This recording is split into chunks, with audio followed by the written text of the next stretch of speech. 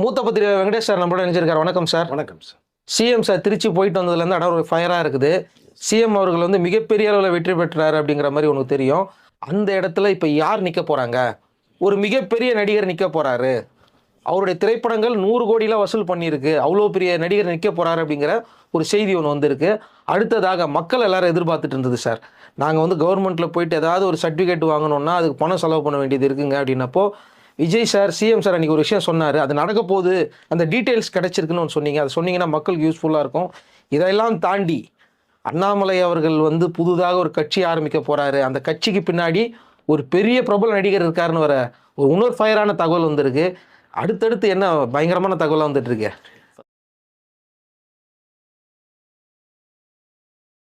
இப்போ எப்படி தமிழகத்தில் வந்து ஒரு 2 வருஷமாக விஜய் அவர்கள் கட்சி ஆரம்பித்து தமிழக முதலமைச்சர் பதவியேற்றாரோ அவர் வழியில் இப்போ நிறைய புது கட்சிகள் உருவாத மாதிரி ஒரு தகவல் நமக்கு வருது. ஏன்னா யாருடைய பாதைன்னு போல எனக்குன்னு ஒரு பாதையை அமைச்சிட்டு போகிறேன்னு சொல்லி தான் புதிதாக ஒரு அரசியல் பாதையை உருவாக்கி ஜென்சி கிட் 2K கிட்ஸ் பண்ணி மற்ற அரசியல் கட்சியெல்லாம் பார்த்திங்கன்னா ஜென்சி கிட்டுக்குள்ளே உள்ளே வர்றது மாதிரி ஒரு தகவல் வருது. அவர் போட்ட பாதையில் மற்ற மிகப்பெரிய ஜாம்பவான்கள் உள்ளே வர்றது மாதிரி ஒரு தகவல். அந்த வரிசையில் இப்பொழுது வந்து புதிதாக வந்து ஒரு கட்சி உருவாக போகிறதா ஒரு தகவல் வந்து இன்றைக்கு வந்து டெல்லி போயிருக்காங்க. அது வேறு யாரும் இல்லை, நம்ம அண்ணாமலை அவர்கள் வந்து ஏற்கனவே நிறைய தமிழக மக்களுக்கு பரிச்சயமானவர். ஒரு சினிமா நடிகருக்கு ஒரு ரசிகர் பட்டாளம் இருக்க மாதிரி அவருக்கு ஒரு கேங் ஒன்று இருக்குது. மக்கள் மத்தியில் ஒரு வாய்ஸ் இருக்குது. 2021 தேர்தலில் தமிழகத்தில் 4 இடங்கள் இங்கே கைப்பற்றி கொடுத்தவர். இந்த கட்சியை மக்களிடத்தில் கொண்டு சேர்த்தவரே அவர் அப்படிங்கிற மாதிரி நம்ம சொல்லிக்கலாம். அதை கிட்டத்தட்ட அந்தளவுக்கு ஒரு என்ன சொல்கிறதுனா முன்னாள் ஐபிஎஸ் அதிகாரி. ஸோ நேர்மையான கூட சொல்லணும்னா போல்டாக பேசக்கூடியவர். அப்படிப்பட்ட ஒரு நபருக்கும் இப்போ மனசில் ஒரு ஆசை வந்திருக்கு. ஆனால் இதுக்கு முன்னாடியே வந்து அரசியல் கட்சி ஆரம்பிக்கலாங்கிற ஒரு எண்ணம்லாம் இருந்தது. பட் தவிர்த்து போய் அவர் வேணான்னு சொல்லி வந்த ஒரு சம்பவங்கள். 2வது இப்போ இருக்கிற அந்த கட்சியில் அவரை வந்து கிட்டத்தட்ட ஓரங்கட்டப்பட்ட ஒரு சூழ்நிலையும் இருக்குது. மாநில தலைவர் பதவியில் வந்து எடுத்துட்டாங்க. அவருக்கு வேண்டிய போஸ்ட்டும் கொடுக்கல, எதுவுமே கொடுக்கல. சும்மா தேர்தல் பிரச்சாரத்துக்கு கடைசி ஒரு தொண்டன் போகிறது மாதிரியான போகக்கூடிய சூழ்நிலை வரும்போது தான் எனக்கு அப்பா உடம்பு சரியில்லைன்னு சொல்லிட்டு 2 தொகுதிக்கு பிரச்சாரம் போகும்போது மொத்தமாகவே எனக்கு வேணாம் இஷ்டம்னு சொல்லி போன ஒரு சம்பவம் இருக்குது. இப்போ அப்படிப்பட்ட வரம்பு இப்போ ரொம்ப ஆழ்ந்து சிந்திக்கும் போது பார்த்தா ஏன் நம்ம கட்சி ஆரம்பிக்கக்கூடாது, அந்த எண்ணத்தையே கடைசி முறை வந்து தவற விட்டோம். இன்றைக்கி பாருங்கள் 2024 கட்சி ஆரம்பித்து இன்றைக்கி தமிழகத்தின் முதலமைச்சர் விஜய் அவர்கள் உட்காந்துருக்காங்க. தமிழகம் மட்டும் இல்லை, பக்கத்து அண்டை மாநிலம்லாம் விஜய் அவர்களை பார்த்து முதலமைச்சரை பற்றி அப்படி வியந்து பார்த்துட்டு இருக்காங்க. ஒரு பக்கம் பொறாமை, இவ்வளோ விஷயங்கள் போய்ட்டு இருக்கும்போது தான் இவருக்கு ஒரு எண்ணம் வருது அண்ணாமலை அவர்களுக்கு. பட் இப்போது இன்றைக்கி வந்து இப்போ நம்ம பேசிகிட்டு நேரத்தில் டெல்லியில் முக்கியமான தேசிய தலைவர்களை அவர் மீட் பண்ணி பேசிட்டு ஒரு சம்பவம் நமக்கு வருது. அவருடைய பிறந்தநாள் ஜூன் 4ஆம் தேதி வருது. அன்றைக்கு வந்து அவர் தனி கட்சி ஆரம்பிக்கிறாரா இல்லையா, இல்லை இதோடு சேர்ந்து இவர் தனி கட்சி ஆரம்பிக்க விடாமல் மந்திரி சபையிலையும் இணையமைச்சராகவும் இல்லை ஆறக்கூடிய 2029 நாடாளுமன்றத்திலையும் உள்ளே பொறுத்தன மாதிரி இவர் வெளியில் விடாமல் உள்ளுக்குள்ளே லாக் பண்ணுறதுக்கான விஷயங்களும் பேசப்பட்ட ஒரு தகவல் நமக்கு வருது. ஏன்னா இன்றைக்கி சாயங்காலத்துக்குள்ளே தெளிவான ஒரு முடிவு எடுக்கிறாரு. பட் இதற்கிடையில் பார்த்தா நீங்கள் சொன்னது மாதிரி இந்த அரசியல் எண்ணம் அவருக்கு எப்படி உருவானது ஒரு பக்கம் இருந்தால் கூட இப்போ ஆதரவுங்கிறது வந்து இப்போ ஒரு சூழ்நிலை வரும்போது தான் அவர் வந்து மிக பிரபலமான நடிகர் வந்து ரொம்ப அபிமானம் உள்ளவர் அவர். பட் அவர்கிட்ட வந்து சில விஷயங்கள் பேசப்பட்ட தகவலும் நமக்கு வருது. அவங்களும் ஒரு விஷயத்த சொல்லியிருக்காங்க. நான் உங்களுக்கு ஒரு லேபிள் இருக்குது, இந்த லேபிளில் வந்து நீங்கள் எரேஸ் பண்ணிட்டு வந்தீங்கன்னா தான் இங்கே சரியாக இருக்கும். ஏன்னா அந்த லேபிள் வந்து உடன்பாடு இல்லை. இப்போது கடைசியாக பார்த்தா திருவள்ளூருக்கு வந்து காவி சாயம் பூசி இந்த பூஜை பட்டம் பட்டதெல்லாம் பார்த்து நிறைய எதிர்ப்பு குரல் வந்துச்சு. அதில் இருந்துட்டால் இங்கே ஒன்றும் பண்ண முடியாது அப்படிங்கிற விஷயம் பேசப்பட்டால் அவருடைய ரசிகர்கள் ஆதரவுலாம் வந்து அண்ணாமலைக்கு வருகின்ற ஒரு நம்பிக்கை அண்ணாமலை அவர்களுக்கு இருக்குது. அப்போ தனிப்பட்ட முறையில் தனியாக ஒரு கட்சி, அதுதான் அவர் என்ன பண்ணுறாருன்னா எம்எஸ்கே அப்படிங்கிற ஒரு சாய்ஸ் ஒன்று பண்ணுறதா ஒரு தகவல் வருது. மக்கள் சக்தி கழகம் இல்லை மக்கள் சேவை கழகம் அப்படிங்கிறது மாதிரி ஒரு விஷயம் வருது. அது ஏற்கனவே ரெஜிஸ்டர் பண்ணப்பட்டது. ஒருவேளை இவர்கள் சொன்னது மாதிரி அண்ணாமலை அவர்கள் வந்து நடந்துக்கிட்டால் கண்டிப்பாக அந்த கட்சி பெயர் அவருக்கு வழங்கப்படுங்கிற மாதிரி ஒரு விஷயம் போய்கிட்டு. யார்கிட்ட இருக்கு அந்த கட்சி நேரு? மிக பிரபலமான நடிகர் அவங்ககிட்ட இருக்குது. யாருன்னு நீங்கள் புரிஞ்சுங்க. பட் ஆனால் இந்த லேபிள் இல்லைன்னு வந்தால் தான் அவங்களுடைய ஆதரவு கிடைக்கும். அதை முதல் தெளிவாக புரிஞ்சுங்க. இல்லைன்னா இங்கே வேறு மாதிரி போயிடும். ஸோ அதனால் அதில் வந்து விருப்பப்படலை. அண்ணாமலை அவர்கள் தனியாக மட்டுமே ஒரு கட்சி ஆரம்பித்து மக்கள் மத்தியில் போகிறதுக்கான ஒரு வாய்ப்புகள் இருக்குன்னு ஒரு தகவல். இன்னொரு பக்கம் பேசப்படுது, நீ ஒருத்தர் கட்சி ஆரம்பிக்கிற மாதிரி ஆரம்பித்து நீ உள்ளே போயிடு. ஆனால் இப்போ இருப்பவர்களே வந்து தூண்டுதலின் பேரில் நீங்கள் ஆரம்பித்து போகலாமா அப்படிங்கிற அளவுக்கு ஒரு விஷயம் பேசப்பட தகவல் வருது. பட் அதற்குள்ளே எனக்கு தெரிந்து போக மாட்டேன். இருந்தால் இதிலே இருந்துட்டு போயிடலாம் அவர். அதை இப்போ மாநில தலைவராக இப்போ இருக்கக்கூடிய நயனாந்தன் எடுத்துகிட்டு கூட அண்ணாமலை அவர்களில் போகிறதுக்கான வாய்ப்புகள் இருக்க மாதிரி ஒரு பேச வந்துட்டு இருக்கு. ஆனால் இவர் வந்து திரும்பி அதுக்குள்ளே போக விரும்பலைங்கிற ஒரு விஷயம் நமக்கு வருது இப்போ. அதனால் தனியாக கட்சி ஆரம்பிக்க என்பது கிட்டத்தட்ட உறுதி செய்யப்பட்ட ஒரு தகவல். அவர் எந்த ஒரு சிஸ்டமேட்டிக்கில் உள்ளே போகிறாரு வெளில வர்றாருன்னு. ஏன்னா இப்போ இருக்கிற எல்லா கட்சியிலையுமே இந்த மூத்த தலைவர்கள் எல்லாமே வந்து வயதான எல்லாத்தையுமே ஓரங்கட்டப்பட்டு இளம் தலைமுறையிற்கான ஒரு அரசியல் களத்தை தான் உருவாயிருக்கு. அதுக்கு முன்னோடியாக விஜய் அவர்கள் இருக்காங்க. வைகோவுடைய புதல்வர் துரைவிக்க சொல்லும்போது திராவிட இயக்கத்தை கொள்கையுடைய தான் விஜய் அவர்கள் ஆட்சி பண்ணிட்டு இருக்காங்க, அதுவும் ஒரு திராவிடம்னு சொல்லிட்டார். அப்போது இங்கே வந்து திராவிடத்துக்களை சேர்ந்தவர்கள் மட்டும்தான் இங்கே பயணிக்க முடியும். அதுதான் திருச்சியில் கூட கருப்பு போட்டதுக்கான விளக்கத்தை கொடுத்தாரு. அப்போ இந்த சம்பவத்தில் வரும்போது பார்த்தா விஜய் அவர்கள், அண்ணாமலை அவர்கள், உதயநிதி ஸ்டாலின் அவர்கள் 3 பேரும் சேர்ந்து இளம் தலைமுறைக்கான ஒரு அரசியலில் தான் தமிழகத்தில் அடுத்து மிக துரிதமாக செயல்படுங்கிற ஒரு கண்ணோட்டத்தில் இப்போ அண்ணாமலை அவர்கள் வந்து கட்சி ஆரம்பிக்க போகிறாரு. 4ஆம் தேதி அன்னைக்கு அதனுடைய எந்த கட்சி பேர் என்ன கூடி என்ன நிலவரத்தை தெரிவிக்க போகிறதா ஒரு தகவல் வருது.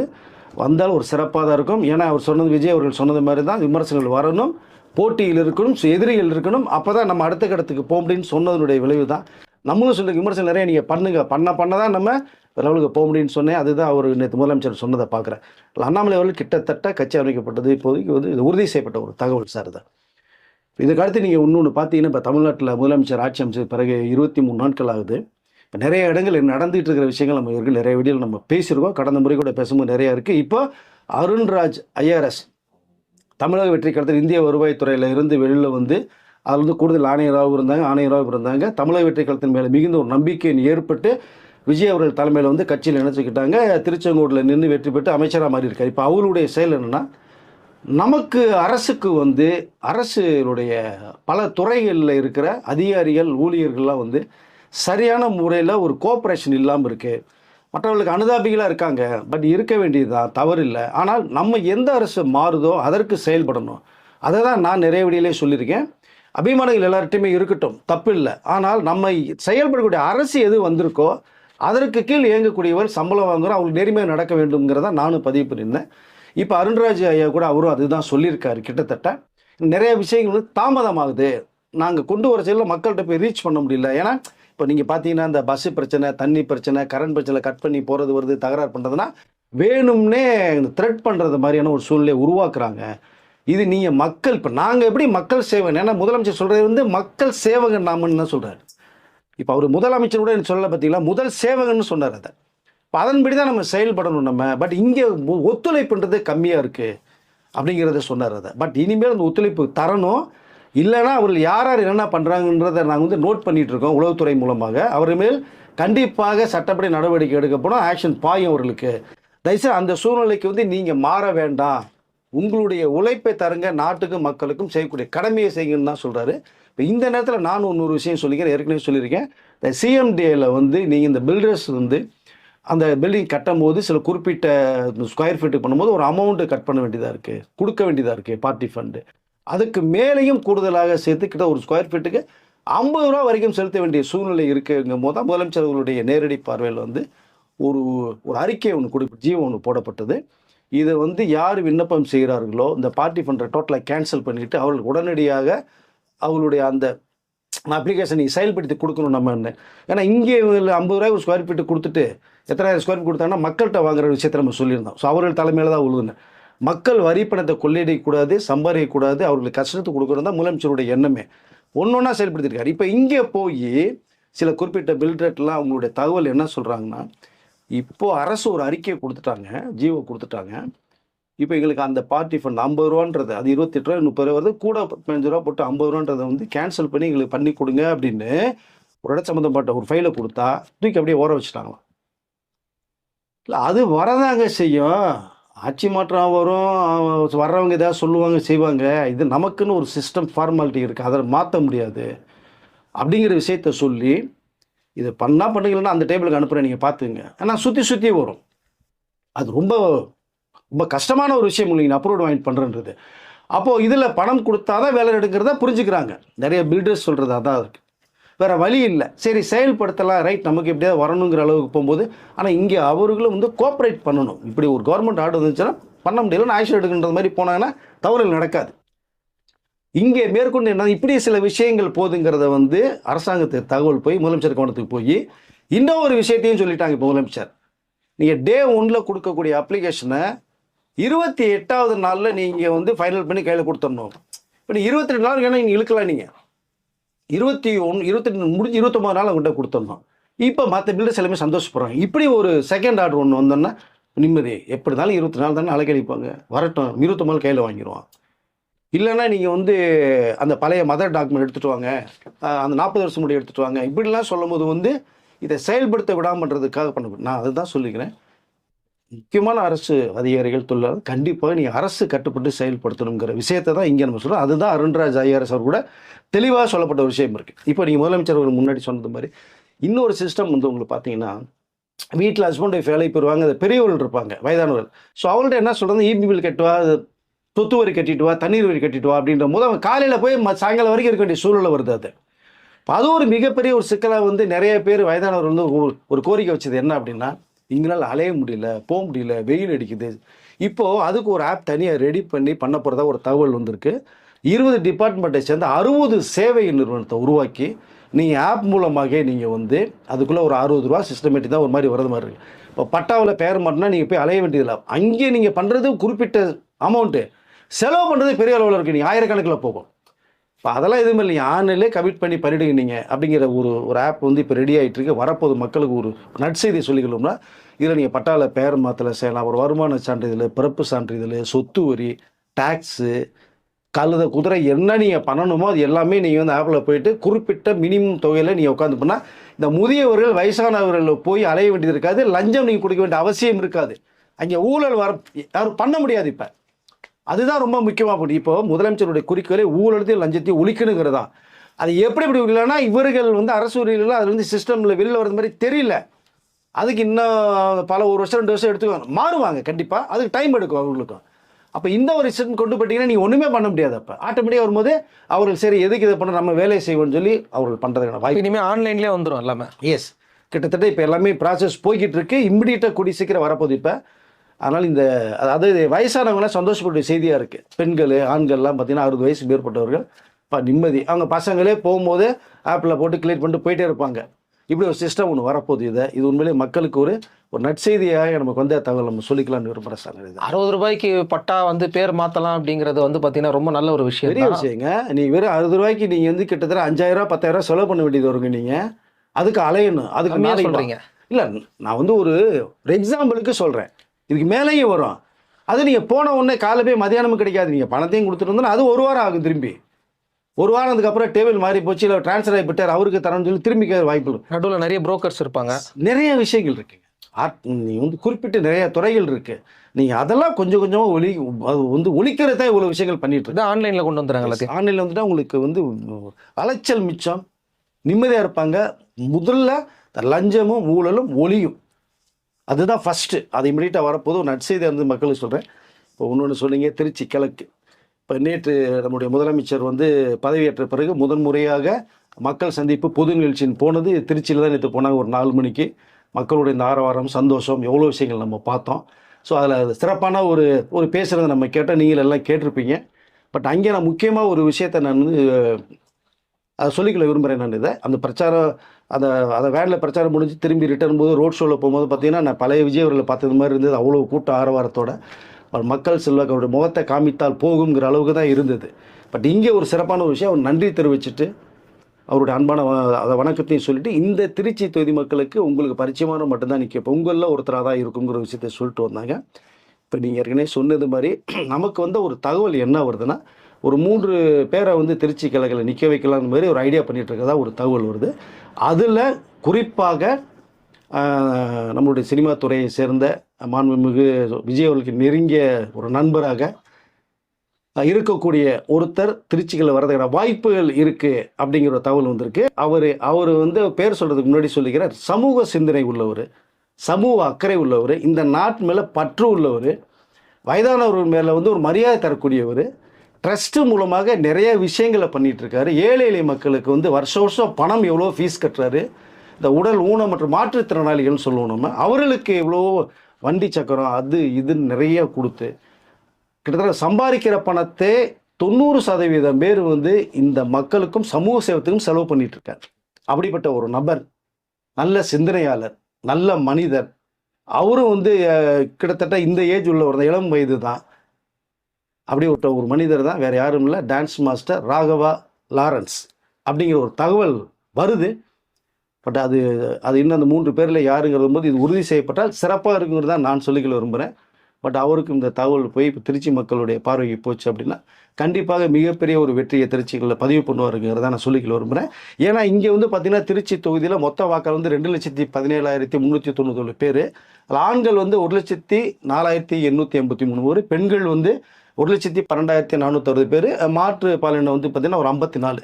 மொத்தம் 2,17,397 வாக்காளர்களில் இதில் ஜென்சி கிட்டன்னு எடுத்துக்கிட்டோம்னா 18லேருந்து 29 வயசு பார்த்தா 21,739 பேர், 30லேருந்து 39 வயசு 19,634 பேர். ஸோ இந்த வாக்காளர்களை விஜய் அவர்கள் வெற்றி பெற்றது எப்படின்னு பார்த்தீங்கன்னா கிட்டத்தட்ட 91,381 வாக்குகள் விஜய் அவர்கள் வாங்கினாங்க.